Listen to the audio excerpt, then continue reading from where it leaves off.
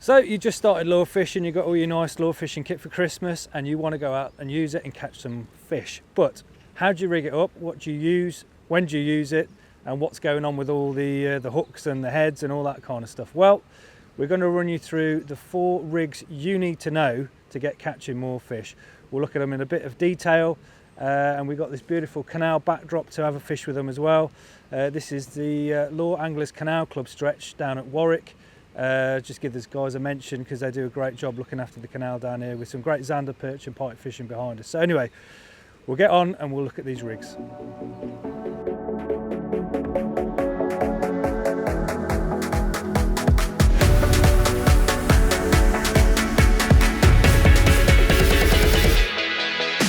The most common that most people will know about is jig fishing. So that basically entails having a lure on a jig head. What a jig head is a hook with a weight at the end. Now the weight you use is important and the size of hook you use is important. It should be measured to the lure you use. So normally soft plastics like this, little slick shad, little paddle tail. What that allows you to do is cast out the lure, makes it drop to the bottom, gives the action to the lure as it falls through the water. Dead simple, and it catches lots of fish. Like I say, the main thing to consider when jig fishing is to match the size of the hook to the lure that you're going to be fishing with. So what you don't want is your hook point to be coming out the end of the lure, this far down. So if your hook's too long, it's going to impede the action of your lure. You want that soft section of lure to be able to move and articulate and move around to give the lure action. But equally, you don't want your hook to be too short so that it pops out at this end of the head, so that when a fish hits, you've got less chance. It's all about the odds. You've got less chance of that fish finding the hook. The best place for it to be is pretty much dead central in the middle of the lure, so that when that fish hits, you've got the best chance of it hooking up. So if a zander takes it, comes over the top, it's more than likely going to get the hook in its mouth. But it also leaves that tail to be flapping around. So it's important when you're putting your lure onto your jig head that you mount it correctly. That means you want the shank of the hook running parallel along the middle of the body. You don't want it like that, you don't want it like this, you want it nice and parallel to the shape of the body, and you want that hook point nice and proud so that when a fish strikes, you've got plenty of meat in the bend of the hook there to set the hook and hook the fish properly.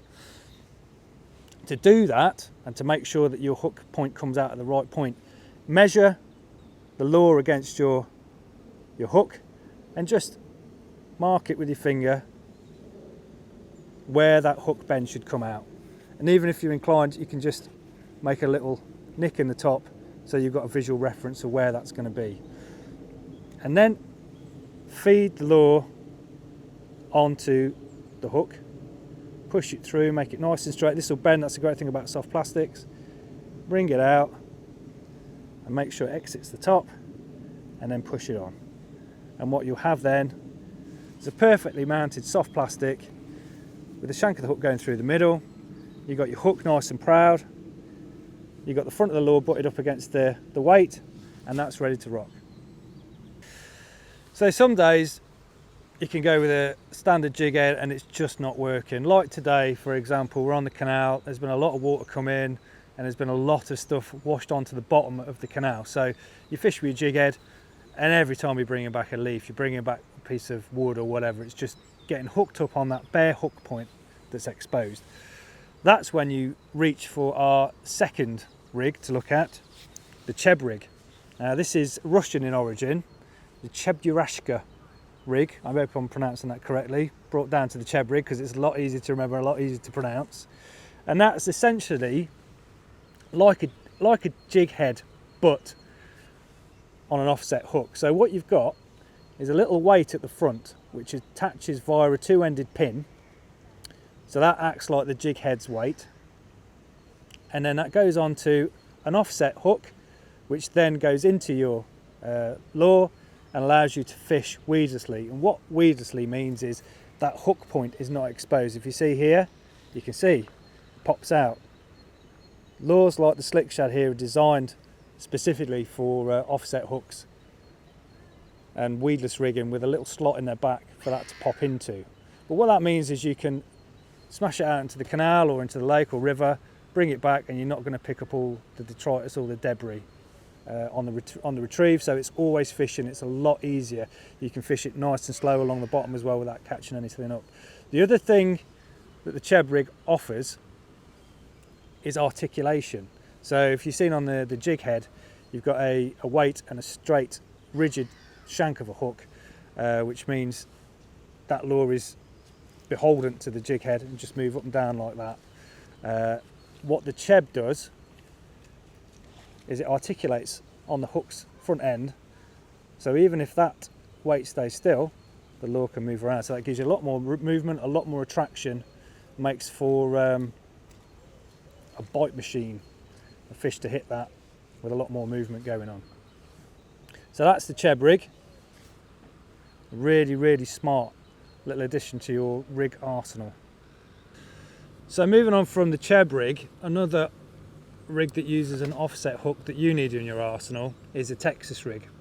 Now this is very similar to the Cheeb rig, so you've still got a weight at the front, you've still got an offset hook going through your soft plastic, and in this case a little fox rage critter, but what you've got is a weight that can move remotely from your hook, and what that does is allows for a weightless fall. So what you've got here is a little cone weight to a bead, and on my rigs, which I'm going to show you, I use a little float stop to give a captive Texas rig, because that controls the distance that the weight goes from the lure. Now, the reason this is so effective is when you cast out, the weight will be there on the cast because everything gets thrown, so you get a good accuracy, but when it hits the water, because the weight's heavier than the lure and the lure will have resistance and hold up, when it falls through the water, the weight will go down first, go down to the float stop, and you'll have a lovely waggle drop of this lure, especially once this hits the deck. So once that's on the bottom, you're just going to have this waggle of the lure down, and that's the enticing bit for the fish. When you cast out, that hits the bottom, you're going to have that nice fall, and then when you jig it back up, you'll have exactly the same again. So it gives you a weight-free, a really soft and natural presentation of the lure, but also allows you to cast out to the spot you need and with accuracy as well. So like I say, the same as on the Cheeb, you've got an offset hook for a weedless presentation on this. This can be used on any kind of lure, the slick sticks, the slick shads, sorry, in our range, or the critters. Again, the critters like the slick shad, they've got that little slot down the back for it to hide the hook point, so that when you bring that back along the bottom, you're not picking up all the leaves and all the rubbish that's on the deck. A nice weedless presentation. So now I'll show you how to actually put an offset hook. Now I'll show you how to put a lure onto an offset hook, because there is a little bit of a trick to it. So that's your offset hook.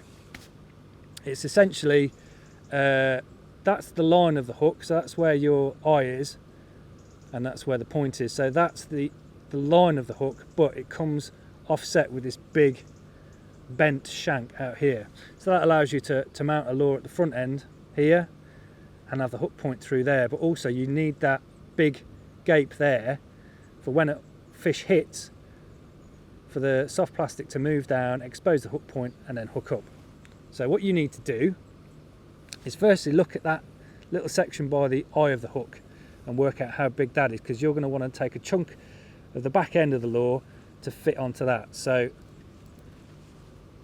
I'll take the critter and just hook a small section, probably, what's that, 4 or 5 mil, and bring that through, and then get it mounted onto that section of the hook. So that's what you start with. Then work out, like with a jig head, work out where that hook is going to come out of the top of the lure, so that it's not too tight and it's not all bunched up either. You want it just sitting perfectly in there, because if it's too tight, you're not going to get that, you're not going to have the efficiency that you want for the hook to move up when the fish hits. And if you've got it too saggy, there's going to be too much meat of the lure in there. Again, it's going to affect your hookups. So work out where that's going to pop out the top of the lure, turn it over, push it through, push it through, oh my god, push it through, and then it'll pop out at the top of the lure that you can see, and then sit in that little slot in the top, so that when a fish comes, bites into it, your hook point is exposed and you can push through. Now the only downside to offset hooks is that you don't get the same number of hookups per hits and per strikes as you do with a jig head, and that's only because there's more chance of it getting caught up in your lure and not finding a hook hold in the fish's mouth because you've got the lure there. But you know, it's horses for courses. If there's loads of stuff on the bottom and you're getting snagged up all the time on a jig head, you're not going to be catching fish because you're not going to be fishing effectively. This will allow you to fish effectively. You'll just maybe get less hookups, but it's worth it in the long run. So there you go, Texas rig.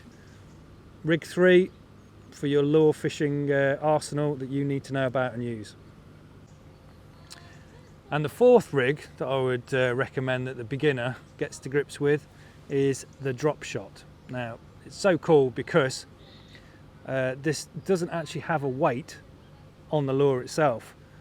The weight, or the shot, is dropped away and is remote from that. So what this does is allows you to fish with a decent sized weight that you wouldn't necessarily use on the size of a jig head. You know, say 10 grams, 5 grams where you'd want to fish a 3 or a 5 gram. You can fish a lot heavier so you can cast further and also anchor it down onto the bottom. So you cast that out, that lands on the bottom. That anchors the lure there. You keep your rod tip high and you'll have this lure on a tight line, jigging around like that, a little bit of action in the tip, and you can keep that pretty much static at range and fish this lure right in front of the fish's face. These rigs, the Dropshot rigs, are perfect in combination with one of the other rigs I've showed you. So you fish an area, find out where the fish are biting, and in the depths of winter you've worked out pretty much where the perch or the zander are fishing in a shoal, and then whack this right behind them, just drag it over and then just tantalisingly flick that around in its face, in the fish's face, and that allows you to clear out a shoal rather than casting and drawing all the time. This will give you time over fish and make sure that they bite and get hooked up. Now the way it works is along your leader you have a captive hook which you then hook your lure to. So it's just a single hook. This is a Fox Rage Dropshot hook, nice and sharp, and this is a 7cm slick shad. Just put the hook through its head, gives it loads of action through the lure, and then the fish will come along, smash into that, the whole thing will fold up, and hopefully they'll get that hook in its mouth, bang, it's hooked up with a very sharp single hook. Like I say, with this it requires the right technique to fish it, which we'll look at, and you keep your rod tip high, and at range you'll have an angle like this. So this will be right under the rod tip, this will be at range, and you just dangle that fish around nice and tempting, and you'll get the bites.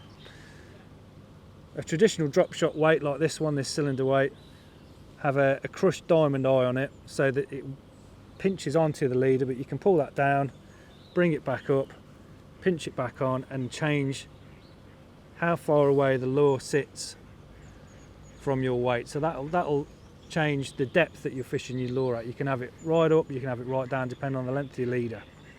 Very simple but very, very effective, especially, like I say, in combination with other fish finding rigs.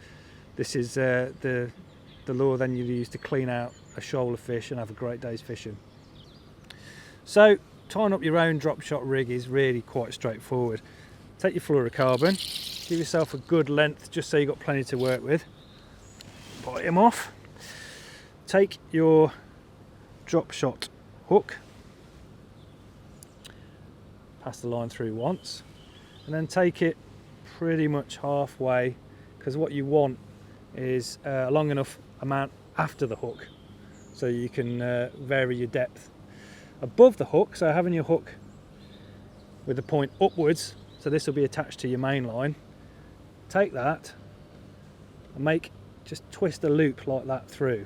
Now what you want to do then is pass your hook 3 times through that loop. So that's 3 times. Take both ends,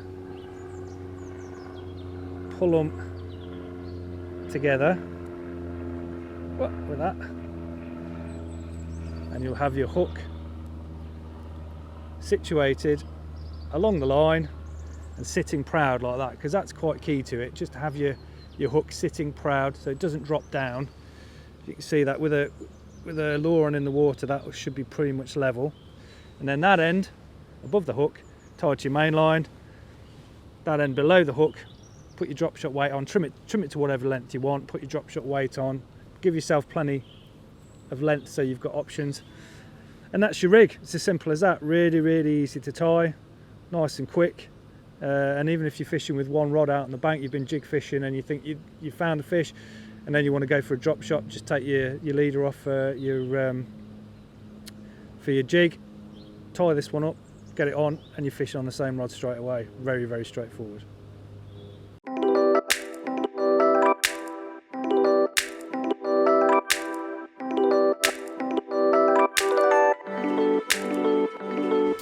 So, fishing with a jig head, just standard jigging, this is the kind of basic techniques you need to think about when you're doing that. So, cast him out, just got a 7.5 centimetre zander pro shad on there, 3 gram head. Cast it out, watch your rod tip, wait for it to hit the bottom. And when it hits the bottom, the line will go slack, you'll know straight away. The pressure will be taken off the tip. And then you can start working it from there. Now, keep the rod tip high. What you want to be doing is just skipping that lure back. Now, depending on the conditions, depending on what the fish want, clarity of water, temperature and all that kind of stuff, you'll do it faster, you'll do it higher, you'll do it slower or whatever, but this is the general technique you should be applying really to jig fishing. Just jig it up, and what you're looking for is a tight line for that lure to fall, swing down from where you brought it up in the water, fall down to hit the bottom. Even that hitting the bottom, if you've got a jig head on that's of a weight, when it hits the bottom, a little bit of silt and stuff pops up, that can cause an attraction. But mainly what you're after and what the fish will hit is that fall through the water. That'll get their attention, and normally I find just as you move it away from them, that's when they'll strike, especially the perch and the pike. This is where the weight of the jig head that you've chosen will come into play, on how long it takes for that lure to fall through the water. Every time it hits the bottom, you're waiting for that tension to come off the tip. And as it comes closer, you can lower the rod tip because you're changing the angle, just to work it all the way back to the bottom, because you never know when there's a fish following, especially on the canals for the zander. They'll follow quite a way. Get it right beneath the rod tip and bring it out and cast again. And as I've said, this is a searcher. This is a very proactive, positive searching method. So fishing from here, been fishing the jig head. I'm getting leaves and all sorts of stuff on the exposed hook of the jig head. So what you do, you swap over, fish the cheb rig, because you've got that offset hook, which is weedless. So I've got a slick shad on here in one of our UV colours. That, with the slot in its back, sees the hook point nicely covered up, so that when you're fishing it, you're not going to get caught up on the leaves. So exactly the same as the jig head. Cast him out, and I would just jig it back the same, but you're not getting that crap on the hook. Or, like in cold conditions like we've got today, you can afford, with that weedless setup, just to gently drag it back. Now, I would probably do that more with a critter on the hook rather than a paddle tail, because you want that drop and fall to activate the paddle tail, because as it is, just dragging it along the bottom, you've just got a strip of UV goldy colour just being gradually inched back. But, you know, it could work. They take very obscure shapes. You look at the Ned rigs, they'll take those, but to get maximum action out of this, I would hop it along like a jig and then leave the creature baits like our critter for the more subtle, slower action along the bottom. Especially with those appendages of the creature bait, the critters have got great thin arms, which as soon as you twitch them, they flutter all over the place. But they don't take a lot to activate. But that is the cheb rig. Right, so I've been fishing the cheb rig, and I'm feeling that I might want a little bit of a slower flutter down to the bottom. So I've swapped over to a Texas rig. As I've explained, what that allows us to do is to cast out and then have the weight move down to the float stop, so it's pegged there. I might move that up a bit because that'll control the kind of depth that my lure will flutter from down to the bottom. That's weedless again on an offset hook. I'm fishing a Fox Rage critter on this because with that weightless setup, I think the critter gives that really nice flutter with just the weight of the hook acting on it. So let that go to the bottom, and then lift it up, and then let it go down again. Up and again. So very much like the jigging, but what you've got to remember is the weight's coming up and dropping down, and once that weight's hit the bottom, your critter bait's falling nicely down to the bottom as well, but just behind it, so you've got to give it a little bit more time. Or you can just gently, if you think you've got something following, you've had a few nips, you can just gently twitch it back like this. So the weight is acting on it, but because it's weedless, you can pull it through the leaves and all the crap, and you won't get hooked up. And that's why you fish critter baits like the Fox Rage critter there. Look at the size of this boy, this crayfish here. Maybe not at this size, but on smaller sizes, the zander and the perch and the pike, all smash them up, love them, really good source of protein. This one was in a ball or something I hooked in the canal. This is the trouble with canals, there's all sorts of rubbish in the bottom of them. It's huge. God, I hate these things. Oh, it's so horrible, but I'm going to pop him back. God, the pinchers on him. There we go, off he goes. Bite. Get that back out there and see if the perch will have this one.